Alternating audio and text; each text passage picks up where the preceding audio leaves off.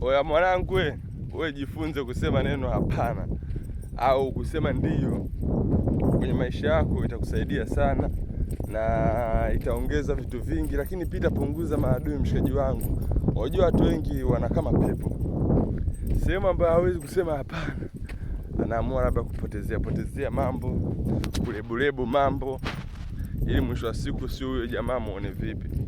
Mtu anapotaka kitu kwako afu kama uhitaji, usijielezee sana mwanangu. Unajua kujielezea ni udhaifu.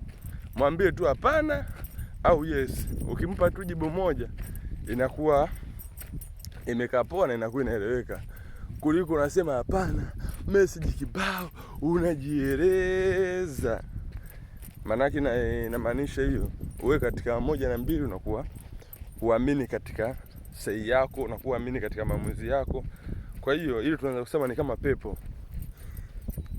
Ili uweze kulimaliza hilo mwanangu, ndiko kwanza uamini katika wewe. Wewe amini kila kitu kinawezekana kupitia wewe.